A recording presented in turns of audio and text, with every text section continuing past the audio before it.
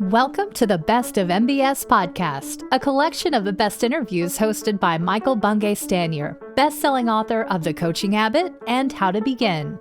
Today's interview is from the Find Your Great Work interview series. Here's your host, MBS. When I think about the icons of management theorists and leadership theorists, not many names come to mind, but a few do. Peter Block. People have heard me going on about Peter Block forever and what an influence his thinking is on mine. Peter Drucker, another huge influence on me. And the person who is in some way Peter Drucker's heir, certainly a champion for his work and thinking, is Frances Hesselbein. And I have the deep pleasure to be speaking with Frances from her office in the Frances Hesselbein Institute of Leadership. What sparked it was actually seeing one of my previous guests, Jason Womack. He's got a new book out called, I think, Get Momentum. But he and Frances know each other well. And Frances happens to have a new book out. It's called Peter Drucker's 5 Most Important Questions, Enduring Wisdom for Today's Leaders. So picked up the book. You can guess any book that has about 5 questions. Well, I'm pretty interested in that because my new book, The Coaching Habit, is about 7 key questions. But these are 5 wonderful questions. They remind me a little bit about the Roger Martin book, Playing to Win, and his 7 strategic questions. But I feel very honored to have had this conversation with Frances Hesselbein, and I think you're going to enjoy it very much as well. So Frances, I am so thrilled to have you on this podcast. You truly are one of those great influences in the world of leadership, so thank you. And I would love to start with the question I start with all of my guests, which is, what is it that you've taken a stand against? What's the thing that's fueled the work you've done and the fight you've fought over the years? Well, that's a fascinating question, Michael. Even my blood type is B positive. And so I read, what are you taking a stand against? And all I could think of was all the things I've taken a stand for. Love that. And so I would say I really haven't focused or blocked off time to be against something. I guess what I do is I'm just for whatever it is, and in a very positive way. So that would be my response to that question. It's a great question. And I remember reading one of the articles I read in preparation for this, and the final point was, it was the strategy and business article, where you said, look, you and I do not retire. You and I are called to serve, and we will serve until the pine box lid is closed upon us, which is a wonderful quote. Yeah. How do you think of who you serve at the moment? Where's your focus now? My focus is to serve to live. And so I am very passionate about finding ways we can make a difference in people's lives. Wonderful. In the life of the community, because to serve is to live is my battle cry, Michael. And so it makes today every day is exciting, and every day is a gift. I know that you've been one of the great champions for Peter Drucker's work, and the story of the two of you meeting is a wonderful story. I'm wondering if you could just share that quickly, how you came to meet this kind of icon of thought. Oh, yeah. I was CEO of the Girl Scouts. I had every book Peter Drucker had ever written, every video. Never expected to meet him. When I was invited to a dinner, 70 CEOs of nonprofits in New York City were invited to dinner by New York University to hear Peter Drucker speak. Well, I knew I was in a group of 70. I wouldn't meet him, but I would actually hear my great management hero. Now, if you grow up in Johnstown, Pennsylvania, as I did, 5:30 is 5:30. So I arrived promptly. 5:30, I walk into the dining room. I am alone with 3 bartenders, even though they have not arrived. And I could sense someone behind me. I turned around, and this person said, I am Peter Drucker. Obviously, if you grew up in Vienna, 5:30 is 5:30. But you're Right. shocked. I never expected to meet him that evening. And I blurted out, instead of saying, "How do you do?" I said, "Dr. Drucker, do you realize how important you are to the Girl Scouts?" He said, "No, tell me." I said, "Well, if you go to any one of our 335 Girl Scout councils or Yes. my national headquarters, you'll find a shelf of your books, your videotapes. And if you look at our new management and leadership resources we've just developed, you'll see that your philosophy is flowing through it." And he said, "You are very daring.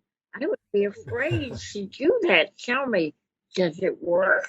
I said, "So superbly well that I have been trying to get up enough courage to call you and say, Right. may I please have an hour of your time? May I come to Claremont? Have an hour of your time and lay out before you everything we have developed, all of our leadership management resources, and have you look at them and then talk to me about how do the Girl Scouts of the USA take the lead in our country and around the world." He Mm. said, "But why should both of us travel? I will be in New York next month. I will give you a day of my time. For then, as long as I was with the Girl Scouts, he gave us 2 or 3 days of his time, spoke at Wonderful. all of our big conferences, and he told some of the great management magazines, journals, that the Yes. Girl Scouts were the best managed organization in the USA. And they said, "Oh, you mean nonprofits?" And he said, "No, I mean any. In fact, Mm. if tomorrow GE needed a new CEO, I would recommend Frances Hesselbein." He wasn't talking about me. Using that as an example, his battle was to make the corporate world accept the social sector, the profit Mm. sector, as the equal partner of business and government. Brilliant. So, Francis, one of the things that obviously you've done remarkably well with what was the Drucker Institute and is now the Frances Hesselbein Leadership Institute is actively seeking those partnerships between the profit world and the non-profit world and military as well, so government. Yet, Um, what lessons have you learned about what it takes to build strong partnerships? Because alliances like that can be so delicate and can be close but not quite working. What would you point to as kind of wisdom gained from how to make strong partnerships, particularly kind of intersector, which can be even trickier? well, first we begin with mission. And Mm. when we find the missions of the 2 or 3 or whatever number of organizations, they are a very positive collection. The words may be different, but the direction is the same, and the Right. purpose and the values and this vision of a bright future. It's very Brilliant. positive. Yeah. You just see it as all of us partners in building a bright future. So, what I love about where you're pointing to, of course, is that your recent book that you've co-authored with others is a revisiting of Peter Drucker's 5 questions, which are so foundational. The book is called Peter Drucker's 5 Most Important Questions, Enduring Wisdom for Today's Leaders. And the very first of those questions, which is, of course, why you answered it, which is what is our mission? One of the things I've noticed when people set a mission is sometimes it can be extremely broad and slightly vague and a little hard to pin down. Sometimes it can be a little tactical and almost too limiting. Do you have any guidance about how to find that Goldilocks sweet spot? It's not too vague, not too tactical, but somehow just right and just in the mission, in the And middle. in the end, you have a mission statement, right? Right. Well, if we begin by telling ourselves, mission is solely why do we do what we do? Not how or what, solely why.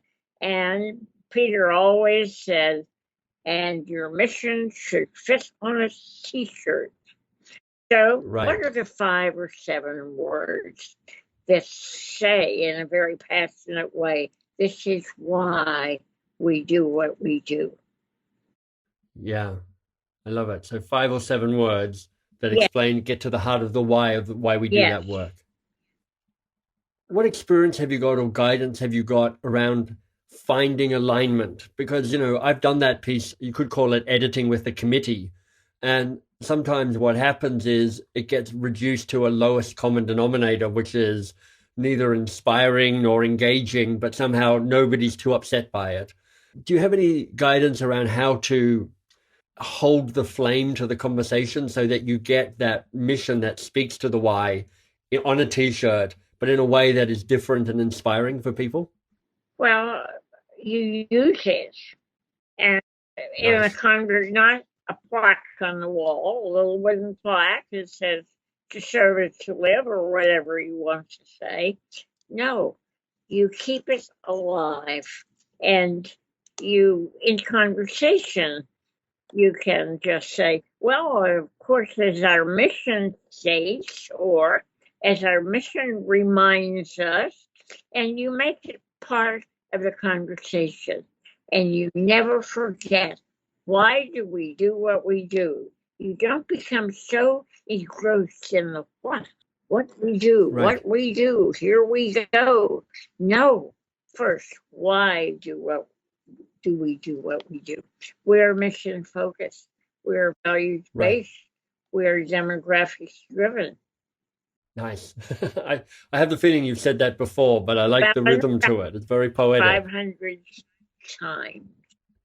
And mission focused, values based, demographics driven, or we manage for the mission, manage for Right. innovation, we manage for diversity. And that's it. And when it's short, simple, powerful, it becomes part of you. So I'd love to make the connection between what you're saying there and the very fourth question. So questions number 2 are, who are our customers? And question number 3, what do our customers value? Question number 4 is, what are our results? What do we care about? Yes. And I can see often that organizations can become very metric led and measure 1,000 things, only some of which perhaps are driving the mission. How do you help people figure out what to measure so that people aren't crushed by metrics? Well, if you really make those first 3 questions so much a part of who you are, what you do every day, then you, as Peter said, once he said there are 3 questions, and once I'd spent a lot of money making gorgeous posters, Drucker's 3 questions, and he said, oh no, there are 2 more. Because first you say, what have been our results? And then because of that, you can say, and this is our plan, and I'm going to quote Peter, if you do all of the above and you do not end up with a plan, then, I quote him, a good time was had by all, and that is all. Right. So if insight doesn't lead to action, Yes, who cares? yes. Beautiful. So part of what's wonderful about the work you do in championing Peter Drucker and, of course, bringing your own wisdom to the conversation is much of it feels evergreen. It's foundational questions that really have resonated forever. I'm wondering, because I know part of the mission of the Institute is also to bring forth the best of the latest thinking and writing around leadership. What do you get excited about when you see the current conversations around leadership? What sort of sparks your interest? Well, I get excited because there's so much interest. You don't have to try to find people interested in thinking, talking, taking action about leadership. And so these days, when you think about mission, innovation, and diversity, and you focus very sharply, you don't go 20 directions. Those are, and we're very passionate about the three. And so we now see leaders who know that leadership has very little to do with power and everything to do with responsibility. And then we no longer have the little guy sitting on top of the pyramid, the leader. Right. No, we have dispersed leadership. And that really marks a great organization because you begin with this shared commitment to mission, the purpose, and then we have clear delegation of tasks and clear accountability for results. And so mission focused, values based, demographics driven. And Wonderful. So that would be my response. That's a great response. So, Frances, I have truly enjoyed this conversation with you. It's been wonderful. For people who want to find out more about the Institute, where can people learn more? Where can they find about the Institute on the web, perhaps? Well, it's Hesselbein Institute.org. And we have a very big website, and we feed it all the time. We keep it organized. And also, if you go to Twitter, to serve it to live, you find a lot of stuff. And we keep feeding it. We take very seriously. And we have wonderful friends all over the world. And we never, for our global webinars, and we're going to do them quarterly now, they've been so successful, never charge anything. We want the poorest countries and the people, leaders who are hungry for the message, and we want them to be able to register. And there they are. And we're going to do our webinars quarterly. Wonderful. You would love the messages we get from the poorest countries, some of the poorest leaders, and they are hungry for what we're talking about. Then we have, I hope you know, our journal, Leader to Leader. Now, think about this. There are 1,900 journals and magazines published every year in our own country. Our Leader to Leader journal has been #1 for 8 years. It has received the Apex Award for Best Journal or Magazine. Awesome. That's fantastic. Congratulations. And we love it.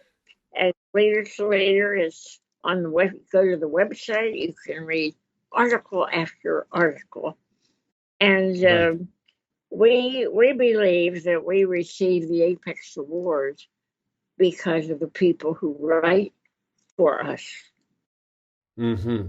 They're the most incredible people. Wonderful.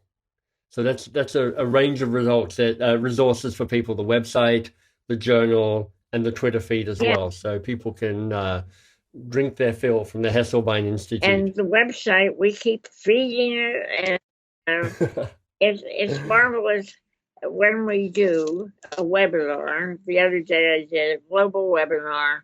It was for women. It was leaders of the future, women in action.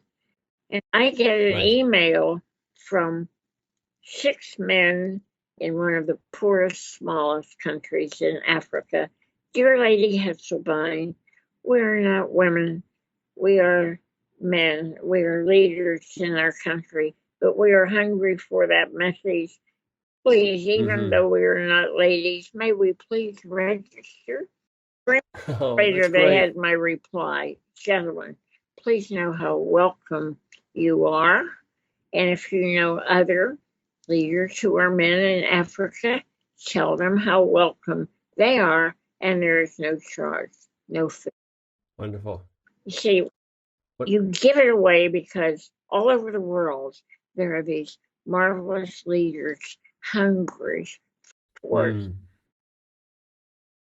That's wonderful. Well, Frances, thank you for allowing us to play our very small role in spreading the word about the great work that you have done and you continue to do, and we'll stretch on into the future with the great resources that you offer. So thank you very much for being on the conversation with me today. Well, thank you, and I hope we can do it again. I would love questions. That sounds great. We really, I wanted to mention again for people the new book, Peter Drucker's 5 Most Important Questions, which has Frances's comments on it, but also brings in writing from all sorts of other leaders sharing their perspective. Yeah. So it's really a succinct but extremely rich resource for people to think about those 5 essential questions. Thank you very much. We hope you enjoyed this Best of MBS interview. Want more great content? Head to mbs.works. There you'll find MBS's new podcast, 2 Pages. You can learn about his best-selling books, and you can join the newsletter. That's mbs.works.